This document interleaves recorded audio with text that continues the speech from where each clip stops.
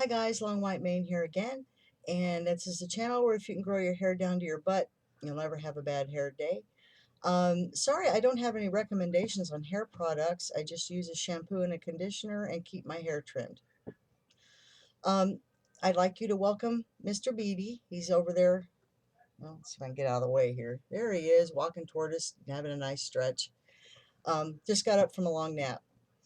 Um, this video is about Rich Lux. I had thought I'd blocked him through the Chrome video blocker, but apparently I forgot to disengage the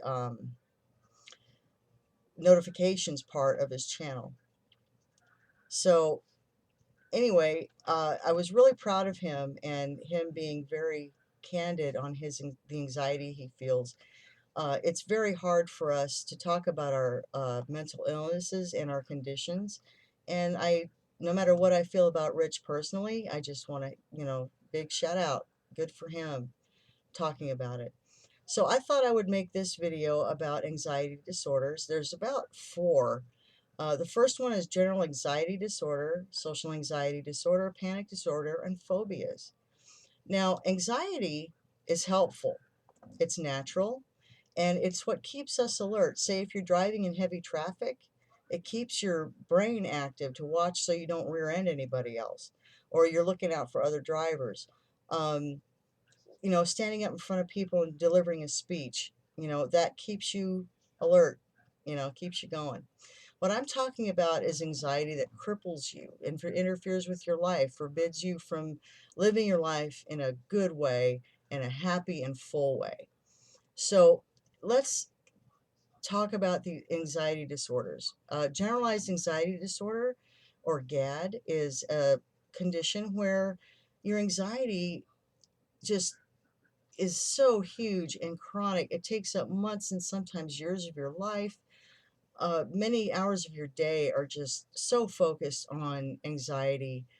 And, people with GAD actually become so exhausted by worry and feeling ill, headaches and tension and nausea. It just really, it's a horrible thing for them and just so all consuming that sometimes they can't even leave the house.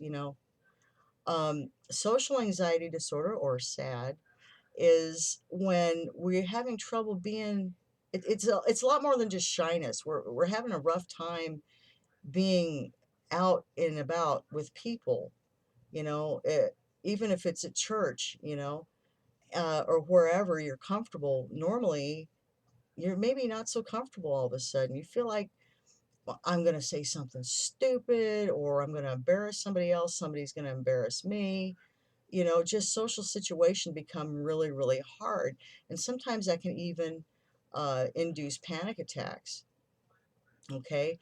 Now, a panic disorder is really serious way of how a crippling anxiety can affect us. Um, a lot of times people mistake them for heart attacks because the symptoms are similar. They'll have chest pain, heart palpitations, pounding heart.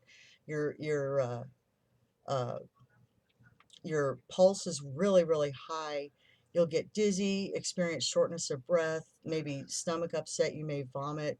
I mean, panic disorders are really, really scary, and they send a lot of people to the emergency room because those people think they may be having a heart attack. And thank God, or whomever you worship, they get the results of the test, and the doctor says, you know what, just calm down. You're not having a heart attack. It's just a panic attack. And you may feel like an idiot, but I'll tell you this, please, if you feel like you're having a heart attack, go to the emergency room. It's better to be safe than sorry, and you're not wasting anybody's time. Because I'll tell you what, in June 2014, I thought I was having a panic attack. It was a heart attack. So do get yourself checked out. Don't think you're going to be, you know, inconveniencing somebody or being, you know, or take, make yourself important enough to go. Don't worry about wasting anybody else's time. That's what I'm trying to say. The other thing, though, that maybe people don't associate with anxiety is phobias. you know? I mean, a lot of us have phobias. Like I hate cockroaches. Cockroaches will send me, you will, if I see a cockroach, you will see a Karen-shaped hole in the wall. Okay, Karen's my first name. Nice to meet you. Um, you will see, they terrify me, and they're, ugh, you know, other people, it's snakes, it's spiders, but there's also the crippling phobias like agoraphobia, the fear of going outside. That's a very real thing. You know, people will, like my mother had it to a point. My mom suffered from panic disorders as, you know, I clearly remember them when I hit maybe fifth grade. I think I want to say. She carried smelling salts in her purse because she thought she was going to lose control and pass out. So um, she had agoraphobia. She could never go leave the house unless myself, my brother, or my dad were with her. She wouldn't drive on freeways. You know, she had it rough, anxiety wise, and that was just life for us. Okay. Um, so there's other disorders as far as, you know, there's separation anxiety disorder that happens in dogs quite a bit. It also happens with people. Um, there's also substance medication induced anxieties. A lot of times, you may be trying a medication and the side effect will be anxiety. So if you're not comfortable with that, or you can't, you know, cope with that, that may not be the right medication for you. Um, Also, a lot of times, even with psychotropic medications, you may experience withdrawals, and anxiety is part of those withdrawals. The causes of anxiety disorders, genetics to a certain point, it may run in families, kind of like bipolar disorder. I say bipolar because that's what I cope with, and I've kind of studied that illness, and I know it does run in families.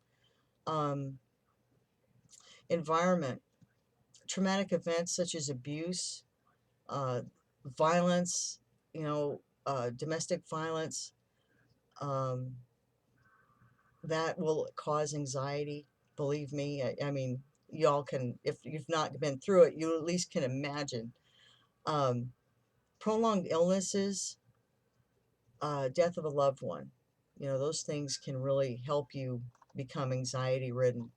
And there's a number of symptoms that are common with all of the disorders. Feelings of apprehension or dread, feeling tense, jumpy, restlessness, irritability, even with I can't talk, inanimate objects. And you find yourself anticipating the worst in any given situation, and you're watchful for for signs of danger, even though there's nothing to be worried about, you know. Physical symptoms are just like panic disorder. Uh, Pounding, racing heart, you can't breathe, you're sweating, tremors, twitches, headaches, fatigue, insomnia, vomiting, diarrhea. I mean, this is all very real manifestations of anxiety. Um, and the reason I wanted to go through this is like Rich Lux, like I said, I really wanted to hand it to him. But I also wanted to kind of go over tips to help you deal with anxiety. First thing you want to do is go to your doctor and make sure that there's no physical cause for your anxiety. Okay. Once you've ruled out the physical, then you can go to the therapist, go to this psychiatrist, and learn how to cope. And those coping skills are so very important because they keep us from being eaten alive by anxiety. Okay, there's lots of therapies you can go through. The one my personal favorite is cognitive behavioral therapy, and I'll explain how it worked for me. Um, my fear, you like, let's see, how do I explain this? When I felt anxiety, it was usually an unnamed anxiety. I couldn't figure out what was causing the symptom of anxiety. And I would sit and just panic. So the therapist said, look, Stop, breathe, and think. What is it that's bringing on that anxiety? And I would usually find it was an issue I was dealing with, it was a problem I had at work, it was something like that. And I would stop and think, bam, that's it. It's this project. It's due next week for my boss, and I'm really having trouble, you know.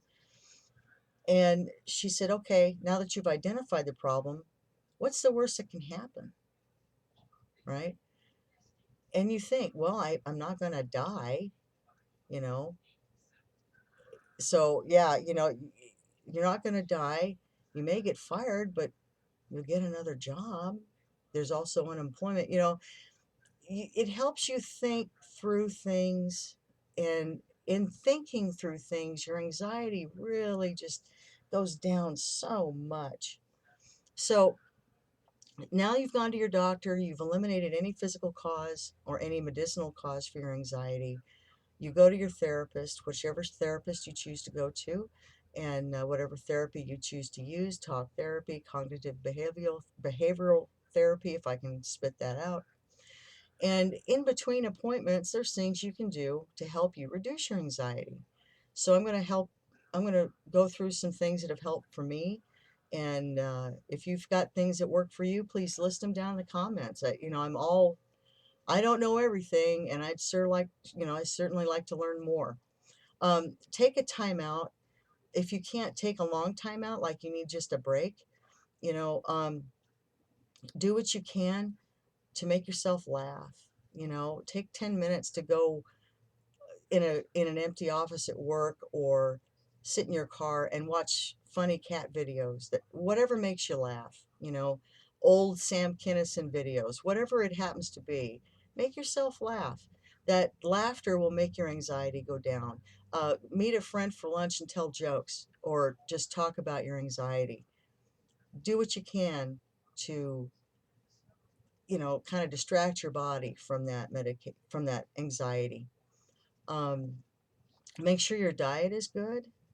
I know that you need to limit your caffeine, because caffeine will send you into anxiety so fast. And then you've got to wait till the caffeine kind of dies down in your body, till it goes away.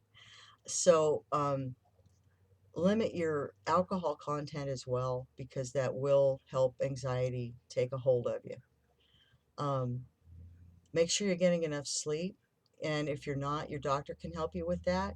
Um, People may be worried about taking medications to handle their anxiety or their uh, sleep or whatever. You don't have to take it forever. All right. It's a help. It's a crutch to get through till you learn good coping skills. It's not something like, with me, bipolar 2, I'll have to take for the rest of my life. Um, Make sure you get some exercise during the day. If the weather is not inclement, man, go ahead and take a walk. Grab an exercise buddy from the office. Bring some tennies, some trainers, and put them on and take a 20-minute walk at lunchtime. Do something to get yourself physically moving, so the endorphins are coming up. And you'll notice, as the endorphins come up, your anxiety levels drop. Um, Take deep breaths. Count to 10, count to 20, count to 100. Do what you have to do in the face of a situation that's causing you anxiety, or if you're in an anxiety attack. Breathe, release it as many times as you need to do. Count to 10. Identify what it is that's causing you the anxiety, and once you've identified it, you can then strategize on how to eliminate that anxiety from your life. Um, do the best you can, and don't think that you can control everything. I noticed that in my own life, one of the main anxiety problems I have is not being able to control everything. And it's only been in the last few years that I've been able to kind of relax and be a little more laid back and let life just happen as it will in certain areas. I'm not saying don't be prepared and don't take care of your future you. Uh, That's not what I'm saying. I'm saying that if you're doing a project, say you're planning a party, some other type of event, or you're, planning a speech, whatever, life happens during those events, and you can't always control what life's going to throw at you. So try to accept you just can't control everything, and maybe see the positive and the humorous in anything that may happen. Um, and that will help you also to maintain your positive attitude. Try to, think of things in a positive light.